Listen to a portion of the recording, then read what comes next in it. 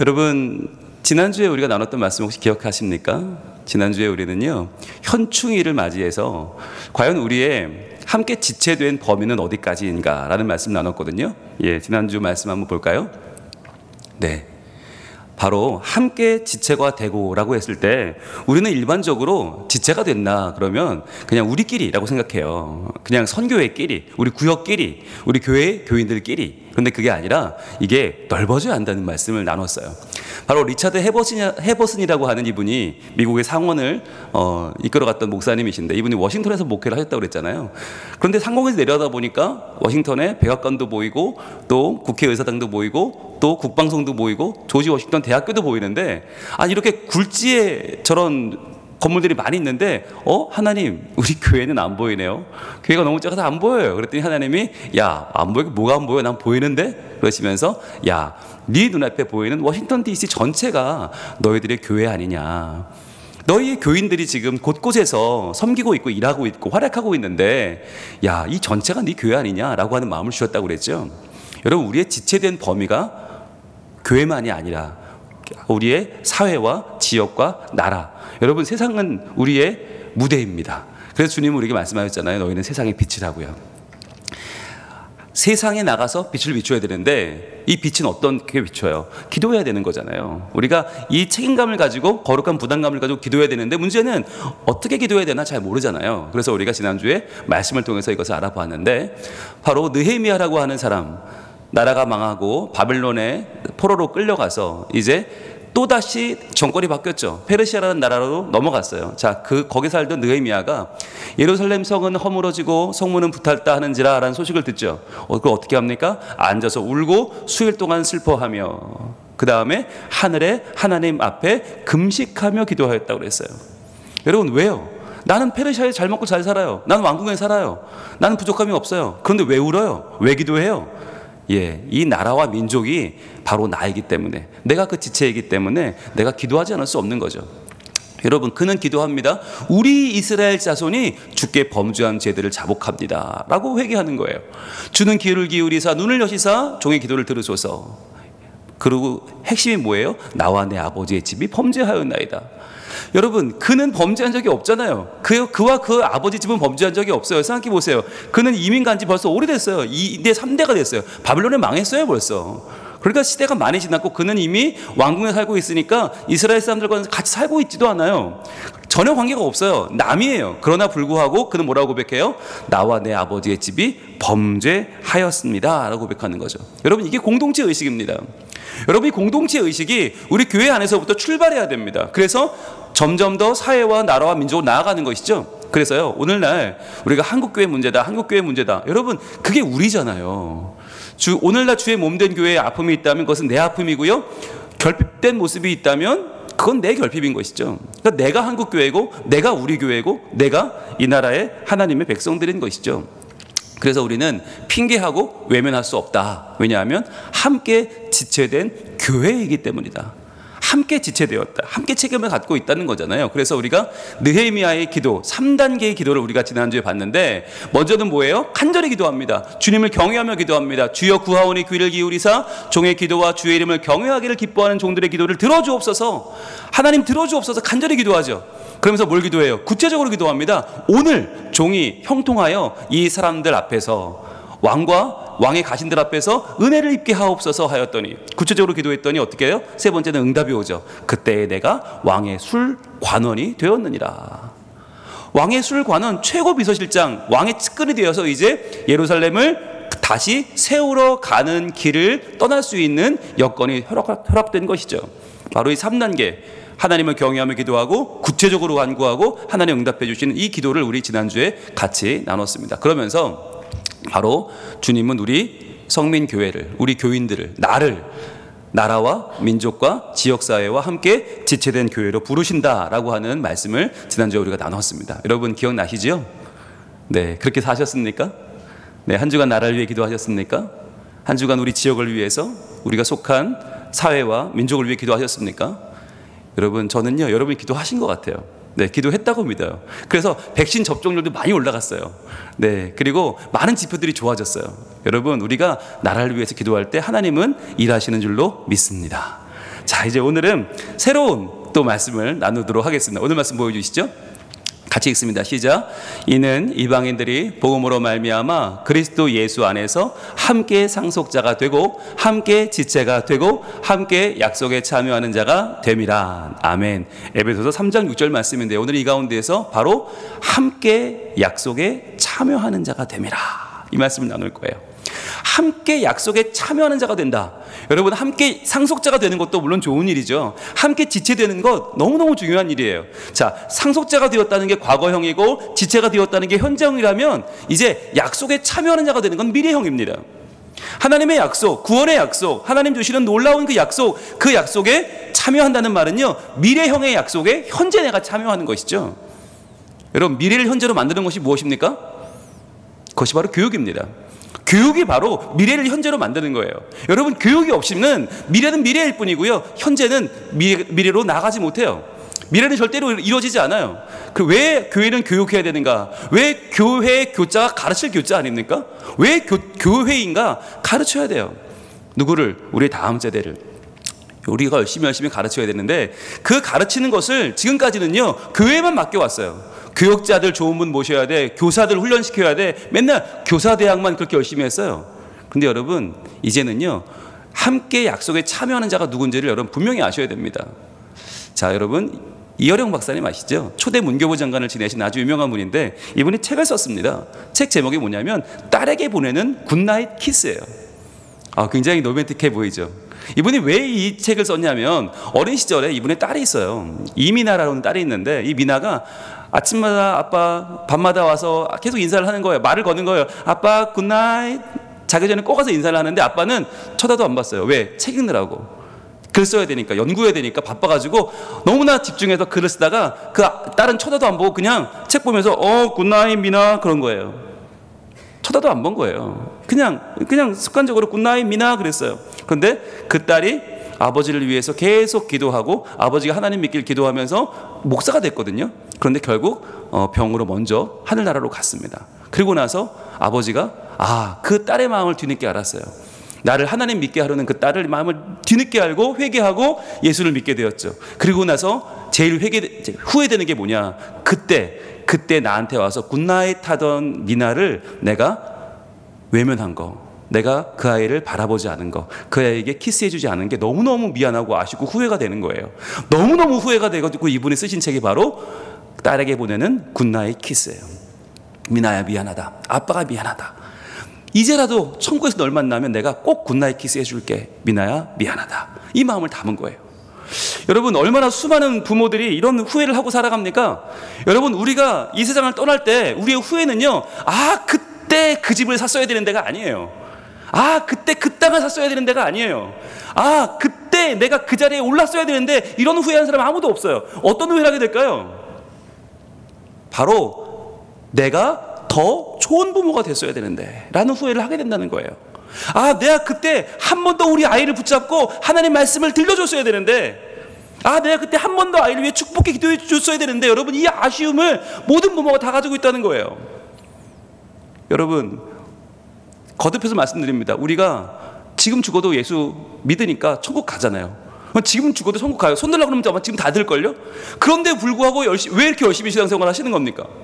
왜 이렇게 열심히 예수 믿고, 왜 이렇게 열심히 우리가 말씀 배우고, 왜 열심히 새벽기도, 수요예배, 주일예배, 구역예배, 가정예배 왜 합니까? 이유는 한 가지예요. 다음 세대에게 믿음이 들어가게 하기 위해서, 다음 세대에게 믿음이 전승되고 그 아이들이 나보다 더 예수 잘 믿고 나보다 더 훌륭한 하나님의 자녀가 되게 하기 위해서, 이것이 유일한 이유예요. 여러분, 이 이유를 분명히 기억하실 수 있기를 바랍니다. 여러분, 너무너무 재미있는, 제가 설문조사를 하나 본 적이 있어요. 한번 보여드릴게요. 자, 어떤 조사냐면 이런 조사입니다. 오륜교회 교육부에서 전국의 243개 교회, 꽤 많은 교회죠, 교육자와 교사들에게 설문조사를 했어요. 바로 얼마 전에 올 여름 행사를 앞두고 조사했어요. 자, 2021년 여름 캠프 해야 되냐 말아야 되냐, 필요하냐 안 필요하냐 조사했더니 매우 필요하다가 57.4%, 필요하다가 26.7%, 대부분이 필요하다고 말했어요. 당연한 거 아니냐? 여름 행사 해야지. 수련회, 성경학교 중요하지. 그런데 중요한 거 그 다음이에요. 자, 그럼 준비는 하고 있냐? 그랬더니 미정이다가 45%, 계획이 없다가 20%예요. 그러니까 이게 모순된 거 아니에요. 교회 안에 다음 세대 여름 행사 중요해. 그런데 준비는 아직 모르겠어. 계획은 아직 없어. 이러고 있다는 거예요. 이게 얼마 전까지 한국 교회들이 지금 이렇게 하고 있어요. 여러분, 그 중에 제일 준비가 없는 부분이 어디냐? 보시면요, 캠프 진행 방법 어떻게 할 거냐 그랬어요. 그때 작년에 조사했을 때는 온라인 더하기 오프라인을 하겠다가 35%였거든요. 근데 올해는요, 온라인 더하기 오프라인이 64%로 늘어났어요. 이제는 준비가 됐다는 거죠. 작년엔 준비 없이 당했지만 준비했어요. 온라인 플러스 오프라인 64%, 온라인이 21%. 그러니까 대부분 온라인을 병행해서 하겠다. 여러분, 온라인을 한다고 준비하면 뭘 준비해야 되죠? 컴퓨터 있으면 됩니까? 방송 준비하면 됩니까? 오늘처럼 방송 나가면 어떡하려고요? 이거 안 되는 거예요. 더 준비할 게 뭐냐면, 여러분, 온라인의 방향은 어디냐? 바로 교회와 가정 57.6%, 그리고 가정이 12.1%. 이제는요, 가정의 시대가 된 거예요. 지금까지는 약속에 참여하는 이 교육을, 신앙교육을 교회에 미뤄왔다면, 좋은 목사님, 설교에 기대고 좋은 선생님들의 이 공과에 기대왔다면 이제는 달라지는 거예요. 이제는 교회가 가정으로 가고요, 가정이 중요해지는 시대가 왔어요. 이제 이게 바로 온라인 시대예요. 자, 그러면 온라인 진행할 때 지도자의 역할은 누가 중요하냐? 작년만 해도요, 교사가 38%였어요. 담당 교육자 31%. 근데 이제는 바뀌었어요. 부모가 57%예요. 부모가 57%라는 얘기는 뭡니까? 가정에서 부모가 신경 쓰지 않으면 온라인이고 뭐고 아무것도 안 된다는 거예요. 아이가 혼자 버틸 수 없어요. 담당 교육자가 집에 쫓아가겠어요? 교사가 가겠어요? 못해요. 이제는 집에 있는 부모가 내 아이를 관리하고 책임지지 않으면 안 된다는 거예요. 그걸 너무너무 잘 알고 계시지 않습니까? 여러분, 이제 우리에게 필요한 게 뭐냐? 부모가 준비되지 않으면요, 여러분, 저 최소량의 법칙 아시잖아요. 최대로 아무리 부어도 물은 흘러 넘칩니다. 쏟아집니다. 왜? 최소량에 걸려요. 최소량. 여러분, 아무리 교회가 수준이 높고 뭐 성민교회가 다음 세대의 사역을 주도하고 한국교회를 대표하고 다 소용없어요. 분원 목사님이 우리 집에 와서 애들 붙잡고 할 겁니까? 우리 이슬기 목사님이, 안기철 목사님이, 김세희 목사님이, 이동수 목사님이, 손유덕 목사님이 우리 집에 올 거 아니잖아요. 선생님들이 올 수 없잖아요. 그렇다면 어떻게 돼요? 엄마 아빠가 관심을 가져야 돼요. 엄마 아빠가 내가 어떻게든 이 아이에게 오늘 내가 굿나잇 키스를 해주리라, 후회하지 않는 신앙교육을 하리라는 마음과 다짐이 없으면요, 올 여름에서 아무 소용이 없는 거예요. 준비된 부모가 필요합니다. 여러분, 우리 한번 이거 외쳐볼까요? 시작. 준비된 부모가 필요합니다. 그래요. 준비된 부모가 필요해요. 근데 현실은 어떤지 아세요? 조사했습니다. 또 다른 곳의 조사인데, 자, 2년 내, 최근 2년 동안 가족과 함께 신앙활동한 게 있냐? 중복 가능하다. 퍼센트지를 표시해봤어요. 한번 볼게요. 아, 없다. 단호하죠? 없다. 최근 2년간 신앙활동 같이 한 거 없다. 41.5%. 자, 외부 집회나 세미나, 그냥 세미나 한번 집회 한번 같이 간 거죠. 33.2%. 가족 수련회, 참 좋은 교회예요. 22.2%. 그리고 봉사활동, 우리 뭐 연탄 나르고 이런 거죠. 20.7%. 신앙 유적 탐방 문화체험, 아, 정말 좋은 교회죠. 11.1%. 전도여행 단기 선교, 우리 캄보디아 같은 데 같이 가는 거 4.9%밖에 안 돼요. 여러분 보세요. 거의 없어요. 중복인데도 이래요. 한국 가정의 힘이라는 곳이 조사했는데, 자, 더 심각한 내용을 보여드릴게요. 그렇다면 자녀 신앙교육할 때 최대의 걸림돌이 뭐냐, 이걸 물어봤어요. 그럼 왜 가족에서 신앙교육이 안 되는 거냐 물어보니까 이렇게 대답을 했습니다. 각자 너무 바빠서가 22.5%예요. 나도 바쁘고 너도 바쁘고 시간이 없는 거예요. 두 번째는요, 부모 신앙이 아직 부족해서, 이게 19%. 그 다음 구체적 방법을 몰라서 16%. 그 다음에 자녀의 게임과 인터넷 때문에 14.4%, 학원 수업 때문에 11.8%, 자녀가 신앙을 거부해서 6.1%, 자녀가 부모 말 듣지 않아서 4.3%예요. 여러분, 뭐가 느껴지세요? 저는 그런 생각을 했어요. 아이고, 알기는 잘 아는구나.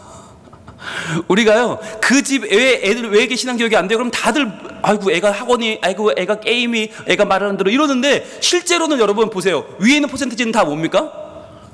부모가 시간이 없어요. 부모가 바빠요.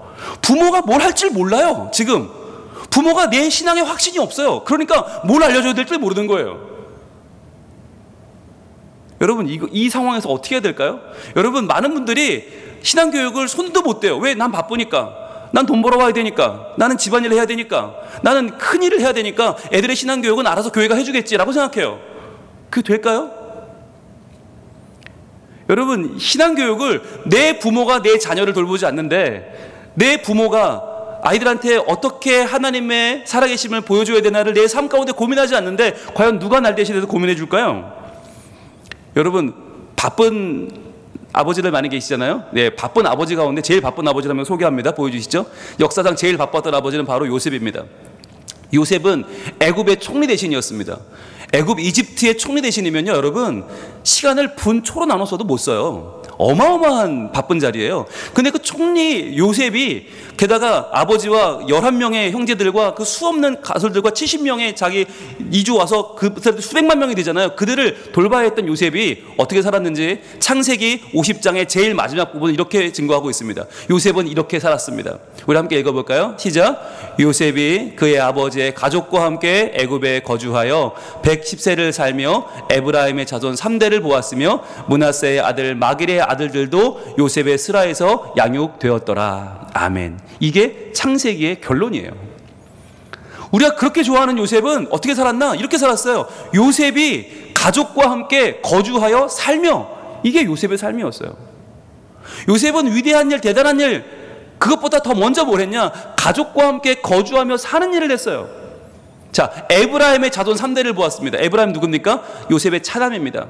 요셉의 차남, 장자 역할을 했던 차남, 그 에브라임 자손 3대를 보았다는 거예요. 그러니까 고조 할아버지가 됐다는 얘기죠. 예, 증조 할아버지, 고조 할아버지가 됐고요. 므낫세의 아들 마길의 아들들도, 므낫세가 큰 아들이거든요, 요셉의. 그 아들 마길의 아들, 즉 증손주를 봤다는 거예요, 요셉이.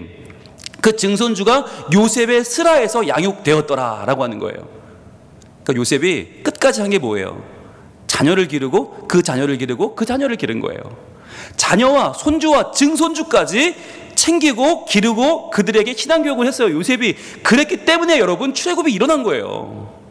여러분, 만약에 요셉이 이렇게까지 하지 않았다면요, 신앙은 끊어졌을 겁니다. 왜요? 애굽에는 다 우상뿐인데요. 애굽에 다 풍요롭고 다 우상이고 거기서 왜 하나님을 믿습니까? 풍부한 애굽의 신을 믿어야지. 그러나 이렇게까지 요셉이 자녀를 붙잡고 살았을 때 요셉만 그랬겠어요? 아닌 것이죠. 수없이 많은 유대인들이 어떻게든 하나님, 여호와 하나님의 신앙을 유지하려고 노력했다는 거예요.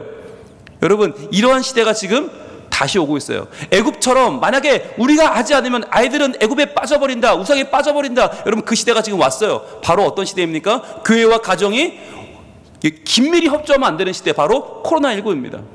여러분, 코로나19는요, 교회와 가정의 이 협력을 너무나 앞당겼어요. 너무나 이 중요성을 깨닫게 했어요. 이제는 교회가 가정은 교회로 서로 협력하지 않으면 안 된다는 걸 너무나 분명히 깨닫게 해줬어요. 여러분, 교회의 교육은 어떤 특징이 있습니까? 주일 중심이고요, 대그룹 중심이고요, 이론 중심이고요, 가르침 중심일 수밖에 없어요. 그렇죠. 아이들이 오면 설교 듣잖아요, 공과 듣잖아요, 반모임 하잖아요. 이거 다 대그룹 중심, 이론 중심, 가르침 중심이에요. 그런데 이제 가정에서 뭘 해야 돼요? 주중 중심으로 바뀌고요, 소그룹 중심으로 바뀌고요, 실천 중심으로 바꾸고요, 배움 중심으로 바뀌게 되는 거예요. 이 두 가지가 긴밀히 협조가 되지 않으면 여러분, 일주일에 1시간 교회 교육으로는 안 됩니다. 가정에서 일주일 내내 가정에서 자녀와 대화하고 이야기 나누고 실천하고 배우고 아이들이 이 활동이 돼야 된다는 거예요. 이것을 코로나19가 앞당겼어요. 여러분, 이래야 되는 이유를 분명히 알려드릴게요. 뭐냐면 학습 효과 이론이라고 하는 콘 오브 러닝이라는 아주 유명한 이론이 있습니다. 미국의 교육학자 에드가 데일이라는 분이 이 이론으로 아주 유명한데, 만약 배우고 나서 2주 후에 기억하고 있는 정도를 측정해 본 거예요. 그럼 얼마나 기억하고 있을까? 보니까 단순히 읽은 내용은요, 10%밖에 기억이 안 난대요. 2주 지나면 10% 지나면 10%밖에 90% 날아가요. 읽은 내용은. 들은 거, 오늘 여러분 듣고 계시죠? 듣기만 하면요 20% 남고 80% 날아갑니다. 그러면은 그림으로 본 거, 여러분 지금 그림 보고 계시잖아요. 이 내용은요 30% 기억이 남답니다. 2주 후에. 다행이죠, 그나마. 그런데 보고 듣고 시범 설명을까지 보면 이게 50% 기억이 남는데요. 절반은 날아가는 거예요. 절반은 날아가요. 그런데 여기 중요한 건데 점점 많아지는데요. 자, 소리 내어 읽으면서 토의한 거, 계속 자기 의견을 이야기하고 토의 나누고 상대방과 이야기 나누고 그렇게 계속 이야기를 나눈 것들은 70%가 기억이 난다는 거예요. 그리고 제일 중요한 거는 스스로 해본 거, 그대로 한번 따라서 해본 거, 수행해본 것은요 90%가 기억에 남는다는 거예요. 이거 굉장히 유명한 이론인데요. 이 중에서 여러분, 교회가 할 수 있는 게 있고요, 가정이 할 수 있는 게 있어요. 자, 위에 네 가지, 위에 네 가지. 읽고, 듣고, 그림으로 보고, 보고, 듣고. 여기까지는요, 교회가 할 수 있어요. 이것을 우리는 수동적 학습이라고 불러요. 수동적 학습.